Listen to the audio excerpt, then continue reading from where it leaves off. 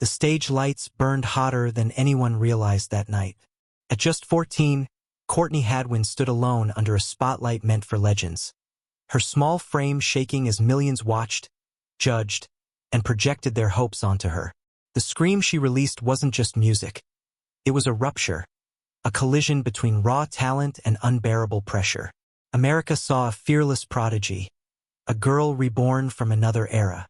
What they didn't see was the quiet panic behind her eyes, the weight of expectation settling into her chest like a slow, invisible storm. Applause thundered, judges rose to their feet, and in that moment, her life split cleanly in two, before fame and after survival. Years later, at 21, the truth she finally admits is not about notes or performances, but about what fame demanded in exchange. What does it cost a child to become a symbol? And what happens when the world's love arrives faster than the self is ready to receive it? The lights descended slowly, settling like an invisible weight upon the stage. White, sharp, relentless. Courtney Hadwin stood at the center, 14 years old, her small frame seemingly fragile under the glare. Yet her posture carried an unspoken defiance. Hands clenched just enough to steady trembling fingers, shoulders slightly hunched. She waited. Around her, the auditorium hummed with anticipation. Hundreds of eyes, millions more watching through screens across a country she barely understood. The air smelled faintly of sweat, polish, and tension. Every heartbeat thumped like a drumbeat, synchronizing with the low hum of anxious murmurs from the audience. The judges leaned forward in their chairs, eyes sharp, pens poised, cameras spinning to catch every nuance of expression. Time itself seemed suspended. Then it began, the music, a soft, deliberate pulse that seemed almost timid at first. But inside Courtney, something older, deeper, and primal stirred. The first note tore from her throat, unrefined, raw, more scream than song. It was not controlled, it was not polished. It was release. Decades of fear, suppression, longing, and invisible battles erupted in a single, uncontainable sound. Her body moved instinctively, swaying, bending, hands lifting as if the music alone guided her limbs. The audience gasped. Faces changed, shifting from polite curiosity to astonishment, disbelief, then awe. Judges' eyebrows rose, jaws tightened, and whispers began that would soon become the thunderous chorus of global attention. Yet underneath the eruption of sound, a quiet tension pulled at her chest. Breath shallow, heart racing. Her mind struggled to reconcile the body that was performing instinctively with the self that barely understood the attention she had drawn. Every clap, every cheer, every camera lens pointed at her felt simultaneously intoxicating and suffocating. Applause, which should have been reward, pressed down like a physical weight. The world saw a fearless prodigy, a girl seemingly reborn from another era. What they did not see, the tremor in her hands, the sharpness of panic behind her eyes, the slow, creeping sense that she had already crossed a line she could not retract from. The judges erupted, rising from their seats, voices booming in praise. Extraordinary, one said. Once in a generation, another breathed. Cameras zoomed in, lights sharpened, flashes popped. Courtney smiled because that was expected, bowed because that was necessary. But inside, uncertainty wove itself deeper into the marrow of her being. Validation and terror danced together. For the first time, she felt the paradox of recognition. Adored for being herself, yet simultaneously pressured to become a version of herself she did not yet know. Offstage, the applause continued to echo in her mind long after the crowd had dispersed. The hum of equipment, the chatter of producers, the soft thump of her own heartbeat. All of it merged into a dizzying wave that refused to let her rest. She realized, with a clarity that terrified her, that her life had split in two. The child she had been, quiet, cautious, unseen, and the public icon she had become in an instant. The transition was invisible to everyone else but felt monumental to her. Something inside her quietly cracked, though she did not know its shape yet. The world had seen a performance, but it had also claimed her, and she had no say in the terms. That night, As she exited the stage, the cameras followed. The crew murmured about how unforgettable she was. Producers buzzed about viral moments, and social media would erupt in minutes. The applause had traveled faster than she could catch her breath. But in a quiet corner of her mind, the whisper of anxiety had begun. This is not a stage anymore. This is life. And life will never look away. Backstage, Courtney leaned against the wall, trying to feel the solidity of the world beyond the lights, the cameras, and the roar. The echo of the audience's approval was still ringing, yet it felt distant. Her pulse slowed just enough for a single thought to surface. She had been launched into an orbit she did not control. She had screamed, and the world had heard. But what would happen when the screaming stopped? What would remain of her? Unobserved, uncelebrated, unclaimed? Her mother's hand touched her shoulder gently, grounding her, reminding her that she was still 14, still human. Yet the sensation of being small in a universe that demanded magnitude lingered. It was a strange weight, the gravity of expectation pressing down on bones not yet fully grown. She wondered silently, not for the first time, how long she could survive this duality. A child thrust into stardom, yet still craving the invisible refuge of anonymity.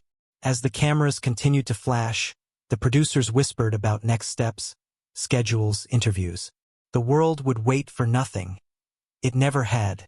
And somewhere, deep beneath the raw, untamed voice and the electric performance, Courtney felt the first threads of something she would later name as fear. Fear that the applause, as intoxicating as it was, might demand more than she could give. Fear that the world's version of her might never align with her own. Fear that she had already lost a part of herself before understanding what it truly meant to be seen. And in that suspended moment, a quiet, invisible fracture had already formed. Something that would echo across years, performances, interviews, and stages. Something unseen yet undeniably present, waiting for the right storm to fully reveal itself. The night had ended, but the tremor had just begun. Before the applause, before the stage, before the world ever knew her name, there was silence. Not the gentle, comforting silence of a quiet evening, but the heavy, almost oppressive stillness of a childhood that did not quite fit its surroundings. In a small English town, where streets were narrow and expectations rigid, Courtney Hadwin learned early that being seen carried consequences. Classrooms were arenas, hallways felt like battlefields. Eyes followed her, sometimes in curiosity, more often in judgment. Words, spoken or unspoken, seemed to pin her down, reminding her that difference was a liability. At home, the walls were softer, the air warmer. Yet, even in the sanctuary of her own room, the world's pressures were mirrored in her own self-doubt. Music became a language she alone could speak fluently, a way to exist without compromise. She would close the door, pull the blinds tight, and let her voice fill the small space, stretching from floorboards to ceiling. Each note was a secret message, a reassurance that she could escape into sound when life outside demanded she be something she could not yet articulate. Singing was not performance, it was survival. School offered no such refuge. Bullies circled, laughter cut deep, whispers carved invisible scars. She learned to observe rather than participate, to mask her brilliance in quiet corners. Her shyness was often mistaken for weakness, sensitivity for strangeness. Courtney's interactions were measured, deliberate, carefully contained. Even a glance could invite judgment. A misstep could invite ridicule. Every day was a negotiation with fear. And yet, the inner life she cultivated was rich, vivid, and intricate. She imagined stages, audiences, and applause, not as realities, but as private fantasies where she controlled every note, every reaction, every spotlight. Music became her sanctuary and her shield. Her raw talent, even at this young age, carried an edge born not from imitation but from instinct, emotion, and necessity. Each chord, each note, each rhythm was honed in isolation, forged from a combination of longing, loneliness, and unspoken desire to be seen on her own terms. Family support was present, loving but cautious. Her parents recognized her gift, but also understood the fragile balance between nurturing and exposing a child too soon to the harsh glare of attention. They watched with pride tempered by concern. Every audition, every performance invitation, every acknowledgement of her talent carried with it a shadow of apprehension. To be seen was to risk disappointment, not just of others but of herself. The paradox was clear. The louder her music, the more she feared the scrutiny that came with it. The first whispers of opportunity arrived subtly. Talent scouts, local competitions, brief mentions in conversations she could barely follow. Each one was a door to possibility, but also a threshold into vulnerability. Every step toward recognition demanded that she stretch beyond the invisible cocoon she had wrapped around herself. And yet, the pull was irresistible. Music was her lifeline, her language, her escape, but to wield it publicly meant stepping fully into a fear she could not yet name. The tension between desire and apprehension followed her everywhere. She wanted the world to hear her, but feared it would not understand. She longed to connect, yet dreaded exposure. The contradictions created an internal gravity well, pulling her toward both brilliance and retreat simultaneously. Every private performance, every note practiced alone, carried with it the hope that someday someone might understand, but also the fear that understanding would bring expectation she was not ready to bear. As auditions loomed, the choice crystallized. To remain hidden would guarantee safety but would also suppress the very voice that had become her sanctuary. To step into the spotlight was to risk everything: the judgment of strangers, the collapse of her carefully constructed inner world, the loss of self she had guarded so fiercely. Her talent had prepared her for the stage, but her psyche was still fragile, delicate, and untested under the gaze of the world. When she finally said yes to the opportunity, it was not merely courage, it was necessity. Music had become larger than fear, louder than silence. She could no longer exist quietly. To survive, she had to be heard. And yet, in that moment, a quiet tremor passed through her. A flicker of apprehension that whispered, "This will not be simple. This will not be safe. And you will never be the same again." The night before her first major audition, she sat alone in her bedroom, the faint light of a bedside lamp casting long shadows across the walls. Her reflection in the mirror looked younger than her years, tentative, uncertain, yet determined in ways she barely understood. She whispered a single sentence into the darkness. "I am ready, I think." The room held its breath in response. Outside, the wind carried the muted sounds of a town that would never know what was about to happen. Inside, a girl on the cusp of transformation waited to step into a world she could not yet control.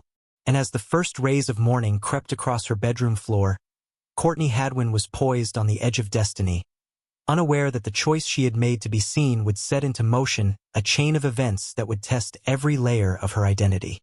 The child who had hidden, retreated, and survived in silence was about to meet a stage, an audience, and a world that would demand she scream, not just with her voice, but with the essence of herself. Fame does not arrive gradually. It crashes. It arrives like a wave taller than anyone anticipates, sweeping a person into currents they cannot control. For Courtney Hadwin, the sensation was immediate, electric, overwhelming. One moment, she was a quiet, careful girl navigating classrooms and hallways. The next, she was thrust into a national spotlight, carried on applause and expectation, projected onto screens across a country she barely knew. Schedules multiplied faster than her breathing could adapt. Interviews, rehearsals, shows, tours. Every day was a performance, and every performance demanded more than the last. On stage, she became a force of nature. Every note rang with conviction. Every scream pierced the hearts of those watching. She was lauded as extraordinary, as a once-in-a-generation talent. But behind the lights, the cameras, and the screaming fans, something else took root. The accolades felt conditional, fragile, dependent on her continuing to exceed what the world already believed was impossible. A smile on stage did not erase the tremor in her hands. Applause did not quiet the gnawing in her chest. She began to feel a subtle but relentless pressure, the invisible expectation that her brilliance must never falter, that silence or misstep would mean failure not just of performance, but of herself. Loneliness deepened in the midst of all the noise. Surrounded by people, managers, producers, cameras, tour crews, she often felt more isolated than ever. Conversations revolved around potential, trajectory, and brand, rarely about the girl behind the voice. Rarely did anyone pause to ask how she felt, how her heart was holding up. When someone did, she did not yet know how to respond. The adult world expected poise, maturity, and insight far beyond her years. Inside, she was still 14, navigating a universe that demanded adulthood. Music, her lifelong refuge, became entangled with obligation. The scream that once freed her now carried responsibility. Each high note, each belted chord was no longer just expression. It was a promise to the world, a contract that she had not signed knowingly. She questioned her own worth. Was she loved for herself, or only for the extraordinary talent she wielded under the pressure of expectation? The dissonance between public perception and private reality intensified with every standing ovation. At night, in hotel rooms and quiet corners backstage, doubts settled like dust in the shadows. Who was she without the stage? Without cameras? Without applause?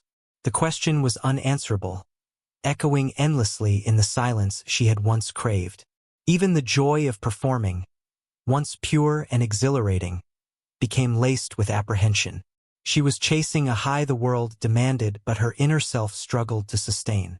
The physical toll mirrored the psychological one. Trembling hands, aching voice, restless nights. Anxiety, previously subtle, became pervasive. Simple decisions felt monumental. Her mind looped endlessly over every performance, every misstep she feared she had made, every expression misread by the crowd. Every note carried the weight of proof that she must remain extraordinary to survive in the world's gaze. Yet amidst the chaos, there were fleeting moments of clarity. Small flashes when she remembered the love of music, the power of creation, the original thrill that had once been pure. But they were ephemeral, eclipsed quickly by the reality of fame and its unrelenting demands. She began to understand that admiration came with a cost invisible to the audience. That being extraordinary publicly did not guarantee peace privately. Her relationships, even with family, were strained. Misunderstandings arose as adults around her tried to protect or guide her, but could not fully comprehend the inner storm she carried. Conversations became delicate negotiations between protection and freedom, guidance and independence. Even comfort carried tension, as though the world itself had inserted invisible rules into every interaction. The constant exposure eroded the boundaries she had once clung to. Personal moments became public fodder.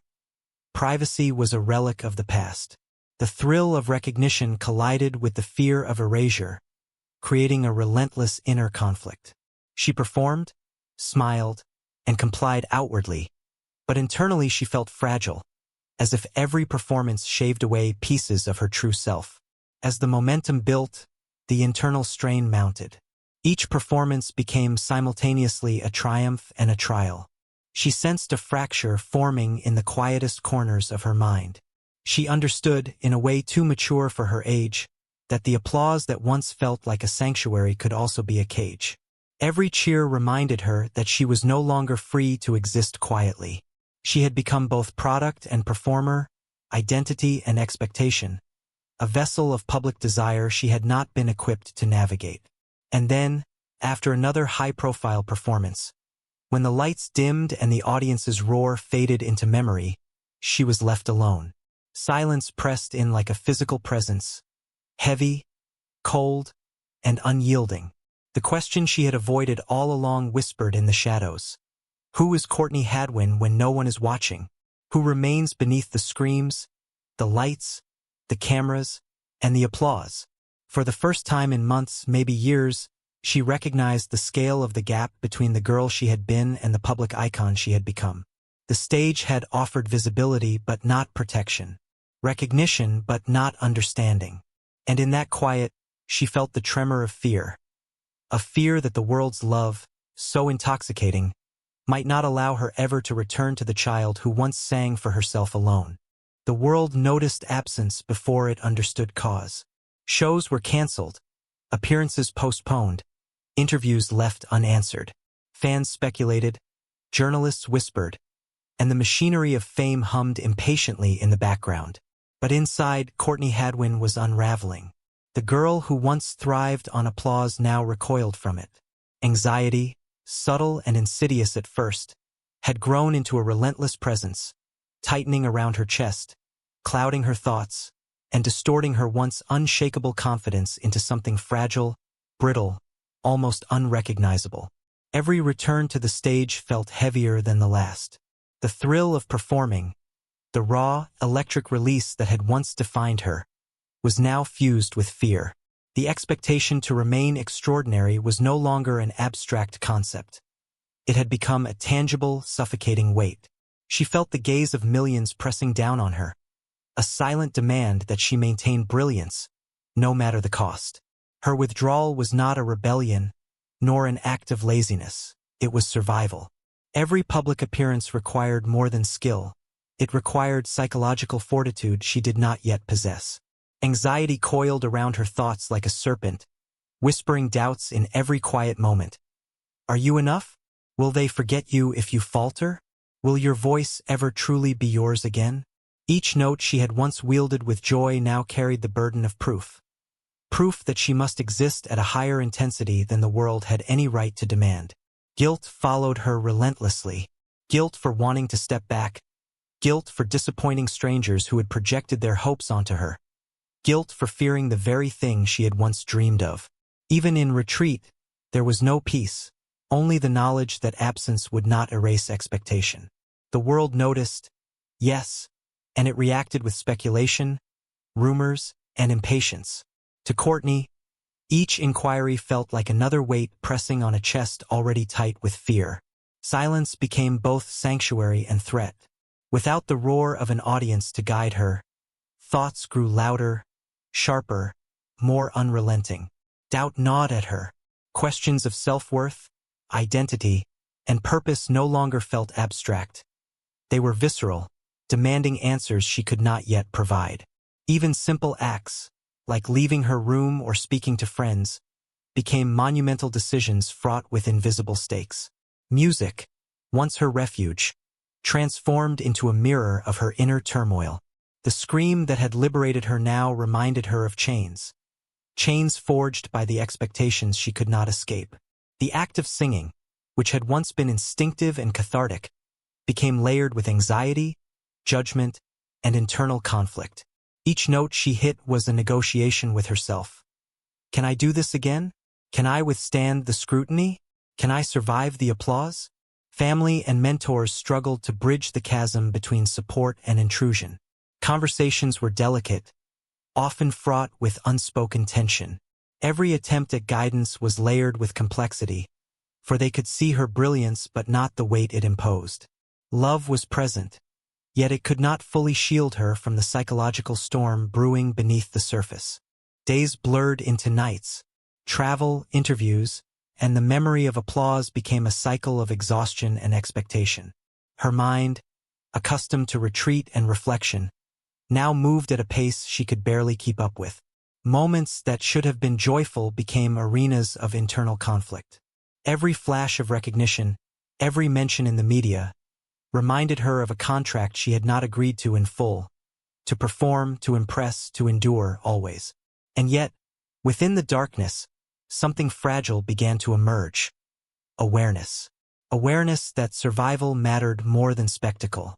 That stepping back, though terrifying, was not weakness. That regaining control over her own voice, her own choices, her own life was necessary for existence, even if it meant risking erasure in the eyes of the world. The realization was both frightening and liberating. The decision to retreat from the spotlight was agonizing. To pause was to risk being forgotten. To continue was to risk collapse. The stakes were enormous, internal and external, emotional and psychological. But within the chaos, she understood something vital.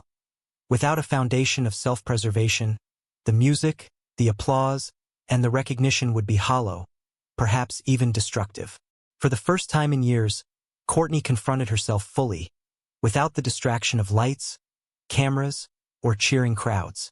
It was uncomfortable, even painful. She encountered fear, guilt, exhaustion, and vulnerability all at once. And she realized something fundamental. The world could not define her, not entirely. Survival, authenticity, and the reclamation of her voice were hers alone to navigate. The world waited for a return, for the reemergence of the icon it had claimed so quickly. But she was not yet ready. The public did not see the invisible battle she fought.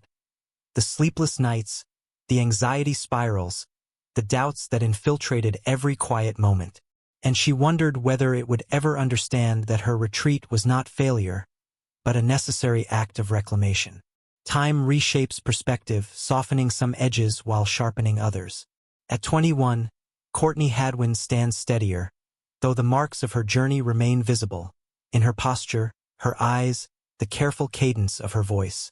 The raw, feral power of her youth has matured into something deliberate, measured, and introspective. The scream that once shattered stages now lives in her on her own terms, no longer a demand placed upon her by an audience, but a choice she wields with intent and clarity. When she finally speaks openly, it is quiet, almost understated, yet seismic in its honesty. She names the pressures, the fear, the anxiety, and the emotional toll of being thrust into public scrutiny before she had fully developed the tools to navigate it. The world, which had consumed every stage, every note, every image, had rarely paused to consider the person behind the performance. For the first time, Courtney asserts that humanity is more vital than spectacle, that survival, well-being, and identity must come before applause.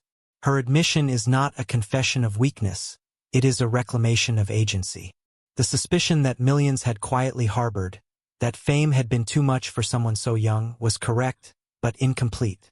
They had assumed struggle, but they had not imagined the intricate web of emotions, the constant negotiation between inner self and public persona, the fear of disappearing beneath the weight of expectation.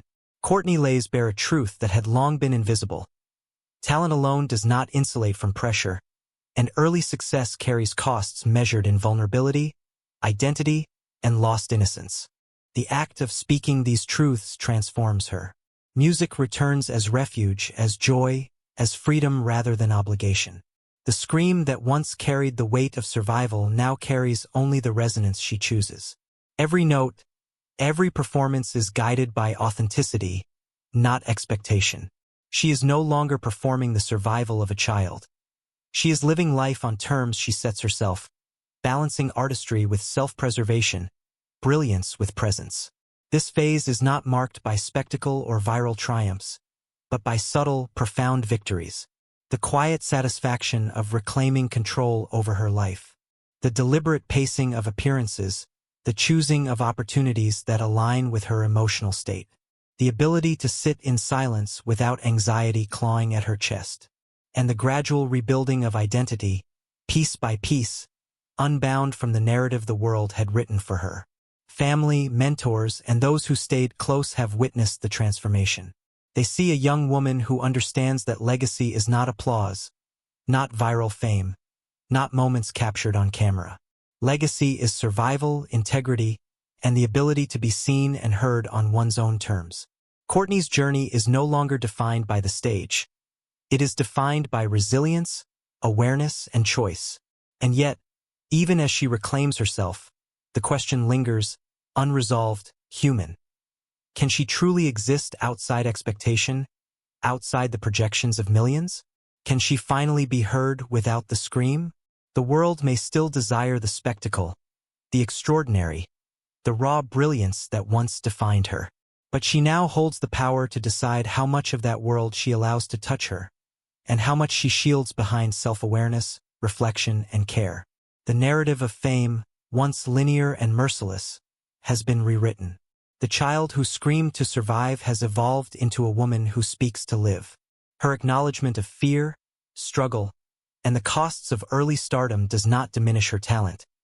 It illuminates it, deepens it, gives it context and meaning beyond applause. She now understands that acknowledgement of vulnerability is not weakness but power.